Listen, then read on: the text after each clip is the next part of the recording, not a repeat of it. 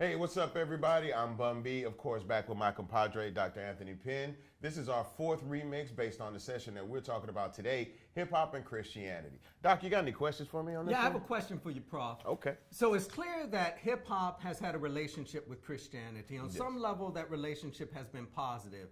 Help me understand what has been most appealing about the Christian tradition for hip hop. I think the fact that when you talk about the hip hop community and the Christian dynamic with respect to the inner city communities of America, both of them have the same worries about those inner city communities. And although we haven't seen eye to eye on a lot of different things, one thing that we do both care about is the children, the future. So hip hop and the church have tried to work together to create different avenues for the youth of America in these inner cities. You know, after school programs, which used to be very proliferant in America, have dwindled over the last couple of years. Hip hop has tried to, fund some of these situations and then offer different ways of connecting with the youth. We can't just expect churches to go out and do all the hard work for us. We have to be there, not just financially, but in person, talking to these youth, explaining the world, and most importantly, explaining the difference between what we see on television and what's real today, because a lot of our children are getting very confused, and often there's mixed messages being sent from the community as far as hip hop is concerned. As an elder, it's important for me to build these lines of communication to make sure that people feel comfortable coming to hip hop for other issues. Well, let's look at the other side of that coin. If that's what hip hop finds most attractive about Christianity, what does hip hop find most offensive about the Christian tradition? I think in most cases it's the pot calling the kettle black. I mean, we're all humans. We're all sinners, to be, quite honest, and none of us are perfect.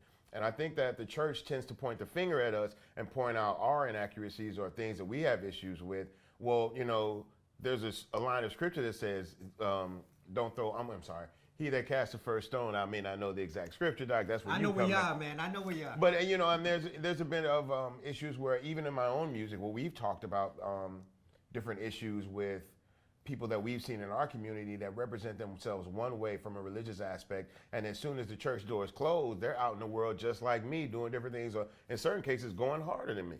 It's been really interesting. That's really helpful, Prof. You have something for me? Yeah, as far as Christianity and hip hop is concerned, we've seen the growth of the hip hop rapper as he stands in Christianity, the Christian rapper, the gospel MC. But we talk about hip hop in this aspect, but has music always had this connection with Christianity? Like, we see these messages coming from the hip hop culture, but has R&B or jazz sent different musics about their representation of Christianity? Yes, I mean, music has always been prominent within the Christian tradition, moving back to the spirituals that we can't accurately date, moving forward. And there's also been a flirtation within churches, right? A flirtation with what has been labeled secular music, right. An appreciation for the beat and some hesitancy with respect to the lyrics.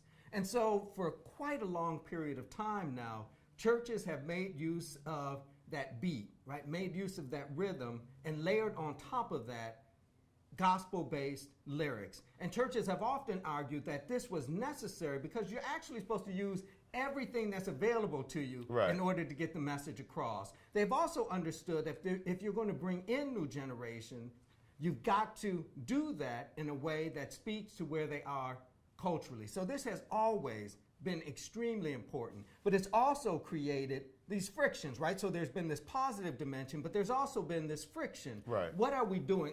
If we're supposed to be in the world but not of it, what does it mean to introduce this worldly musical form? Oh man, this is an incredible conversation. I think we may have to take this one on Twitter at I some think point. that's right, man. Hey man, don't forget to take advantage of all the social media aspects that go in coordination with this class. Thank you guys for tuning in, and we'll see you next time.